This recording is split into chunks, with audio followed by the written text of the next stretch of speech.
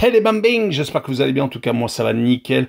On se retrouve aujourd'hui pour une nouvelle vidéo sur la Première Ligue, un petit peu en retard, la 36e journée où il y a 10 matchs à analyser ensemble qui sont les suivants: Fulham contre Everton, Ipswich Town contre Brentford, Southampton contre Manchester City, Wolverhampton contre Brighton, Bournemouth contre Aston Villa, Newcastle contre Chelsea, très beau choc, Manchester United contre West Ham, les équipes de bas de tableau malheureusement, Nottingham Forest contre Leicester, également Tottenham contre Crystal Palace et Liverpool contre Arsenal, le choc entre les deux premiers. Voilà, n'hésitez pas à venir nous rejoindre sur le site VIP et les réseaux sociaux, tout est à l'écran et en description. N'hésitez surtout pas à mettre vos pronostics, vos critiques positives ou négatives, votre petit pouce qui va bien pour faire monter la vidéo le plus haut possible, et n'oubliez surtout pas de nous rejoindre, on est quasiment à 19 600, merci encore. On jette un coup d'œil au classement où Liverpool est champion, premier avec 82 points, deuxième Arsenal avec 67, troisième City avec 64 qui est en train de revenir sur les Gunners, quatrième Newcastle avec 63, égalité avec Chelsea qui est cinquième, ça c'est les qualifiés directement pour la C1, et sixième Nottingham Forest avec 61 unités. En fin de classement, trois équipes sont déjà reléguées largement d'ailleurs. Ipswich Town 18e avec 22, 19e Leicester avec 21 et 20e et dernier Southampton avec 11 points seulement. Et on attaque avec Fulham contre Everton, le 11e contre le 14e. Fulham est beaucoup moins régulier ces dernières semaines, pourtant ils avaient fait une remontée assez fantastique au classement, ils étaient même une des équipes à battre, car ils étaient très compliqués à jouer, mais sur les dernières semaines, c'est 2 victoires et 3 défaites, mais ils ont tout de même réussi à battre Liverpool 3-2. Ils vont jouer contre Everton, qui est une équipe qui a tendance à toujours se battre pour ne pas descendre, mais cette année, ils sont largement au-dessus, 17 points d'avance sur le 18e Ipswich Town. Ces dernières semaines, c'est une seule victoire, par contre sur les 5 derniers matchs, 2 défaites et 2 partages de points, dont un contre le 18e justement, Ipswich Town. Sur ce match-là, je verrai quand même un but partout, avec le moins de 2,5 buts sur le match et une cote 1,72. On enchaîne avec Ipswich justement contre Brentford. Ipswich est malheureusement redescendu directement en Championship une année après être remonté en Première Ligue. Ils n'ont pas réussi à tenir le rythme de l'élite anglaise, surtout que sur les 10 dernières rencontres, ils n'ont gagné qu'une seule fois, c'était à Bournemouth. Sinon, ils ont essuyé quand même beaucoup de défaites, réalisant quelques coups comme la victoire contre Chelsea ou le déplacement gagné à Tottenham. Mais quand on ne fait que de perdre quasiment à la maison et qu'on ne prend que quelques points à l'extérieur, c'est beaucoup trop peu. Ils vont jouer contre Brentford, par contre, qui est totalement à l'inverse, qui est actuellement 9e, qui est passé dans la première partie de tableau, qui n'a pas perdu depuis 5 rencontres, qui reste sur beaucoup de victoires à l'extérieur, dont une à Nottingham Forest. Enfin, il reste sur 3 victoires consécutives, dont une 4-3 contre Manchester United. Sur ce match-là, je verrai Brentford s'imposer 2-0 en déplacement avec Brentford et un handicap -1. Avec pile un but d'écart, il y a la cote remboursée. S'il y a plus de 2 buts, bien entendu, c'est bon avec une cote 1,83. On continue avec Southampton contre Manchester City, le dernier contre le 3e. Southampton n'a que 11 points, c'est totalement catastrophique. 2 petits points pris sur les 10 dernières rencontres, c'est-à-dire 8 défaites, un match nul contre Crystal Palace et un autre contre West Ham. On ne peut pas aller bien loin, surtout qu'ils vont jouer contre Manchester City, qui est actuellement donc 3e, qui est remonté au classement grâce à une grosse série consécutive de succès, 5 exactement, toutes compétitions confondues. Ils vont participer à la prochaine finale de FA Cup contre Crystal Palace. Ils ont une chance de gagner un titre majeur après, bien entendu, le Community Shield en tout début de saison contre Manchester United au penalty. Ils sont même actuellement sur 9 matchs sans défaite avec 7 succès et 2 partages de points. Sur cette rencontre, je verrai City s'imposer 3-1 en déplacement avec Manchester City et un handicap de moins 1,5 buts sur le match. Donc il faut qu'il y ait 2 buts d'écart pour que ce soit valide et une cote à 1,63. On continue avec Wolverhampton contre Brighton, le 13e contre le 10e. Il y a 11 points d'écart entre les deux formations.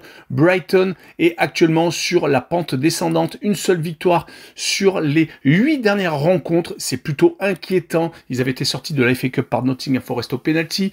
Ils ont réussi à battre West Ham le 26 avril et c'est tout. Là, ils viennent de se faire accrocher une fois de plus à la maison par Newcastle. Du côté de Wolverhampton, par contre, ils sont plutôt sur une très très bonne série car certes, ils ont perdu contre Manchester City 1-0, mais juste avant, ils avaient enchaîné 6 victoires consécutives et même 7 matchs sans défaite. Donc sur ce match-là, je verrai les Wolves s'imposer 2-1 avec la double chance 1N et une cote à 1,58. On passe au match suivant, Bournemouth contre Aston Villa, le 8e qui reçoit le 7e. Bournemouth fait une très belle saison pour un club qui a plutôt tendance à lutter pour la deuxième partie de tableau. Ils ont réussi en plus à s'imposer le week-end dernier à Arsenal 2-1. Ça leur fait même 5 matchs sans défaite. mais il faut quand même remarquer qu'ils ont perdu 3 fois sur les 5 dernières réceptions. Justement, Aston Villa va se présenter donc chez eux. Ils sont juste devant eux avec quand même 7 points d'avance. Ils restent actuellement sur 4 victoires et une seule défaite sur les 5 dernières rencontres de Première Ligue. Ils ont été éliminés de la Ligue des Champions par la Paris Saint-Germain en quart de finale, ça on le sait. Les Villans ne lâchent rien quand même en Première Ligue car ils ne sont qu'à 3 points du 4e et ils ont un gros coup de collier encore à donner. En tout cas sur ce match-là, je verrai les Villans s'imposer 2-1 et je verrai la combinaison double chance N2 et plus de 1,5 buts sur le match avec une cote à 1,87. On passe à un des gros chocs de cette journée, Newcastle contre Chelsea, le 4e qui reçoit le 5e. Ils sont à égalité de points. Les Magpies ont gagné la League Cup, mettant un terme à une très longue disette au niveau des trophées. Au niveau des résultats, ces dernières semaines, c'est 3 victoires, 1 nul et 1 défaite. Toutes les victoires ont été à la maison et assez convaincantes. 4-1 contre Manchester United, 5-0 contre Crystal Palace et 3-0 contre Ipswich Town. Par contre, à l'extérieur, ils se sont inclinés lourdement à Aston Villa et viennent de faire match nul contre Brighton. Du côté de Chelsea, une qualification pour la finale de la C4 qui était quand même assez attendue. Ils vont rencontrer prochainement le Betis de Séville qui s'est défait de Tottenham. Les Blues sont actuellement 5e et qualifiés directement pour la C1. Il va falloir garder son rang.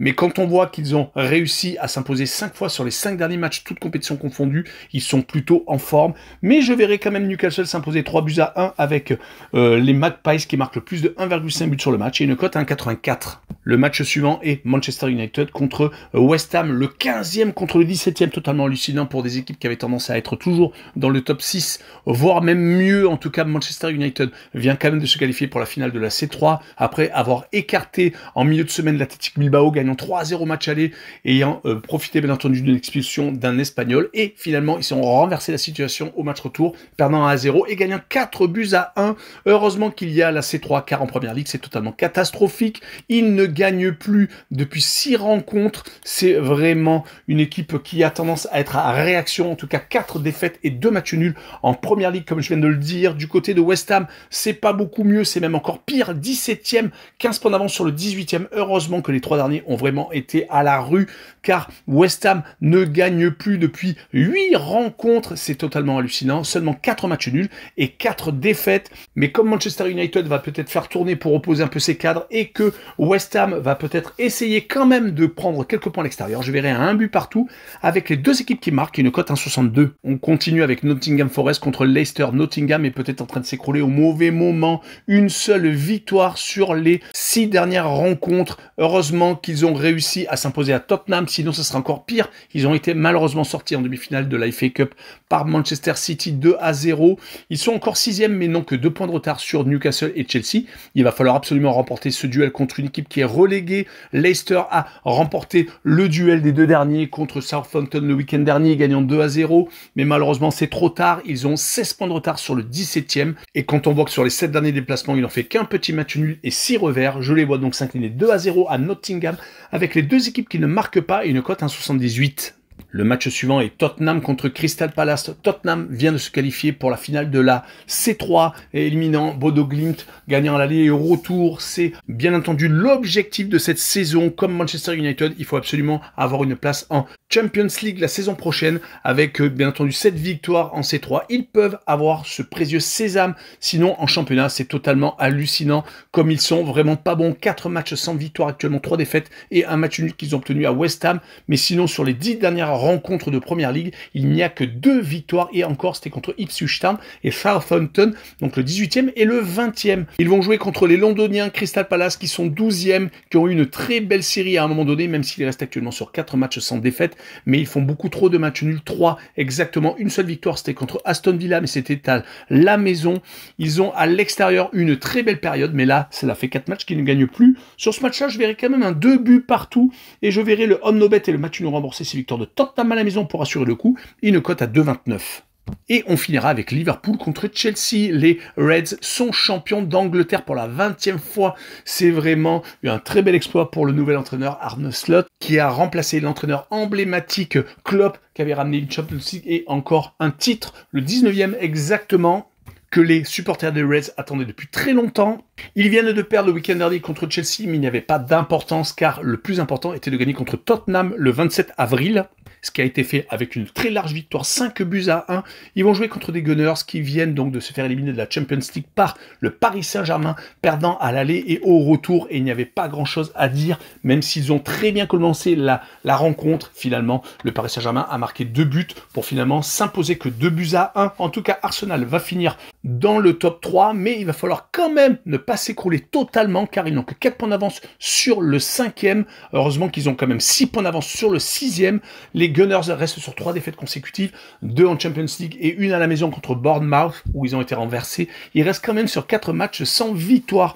Sur ce match-là, je verrai quand même une victoire de Liverpool 2-1, avec la combinaison double chance 1N et plus de 1,5 buts sur le match, et une cote à 1,55. Voilà, on en a fini avec cette vidéo. Merci de nous avoir suivis. Ciao le bambing!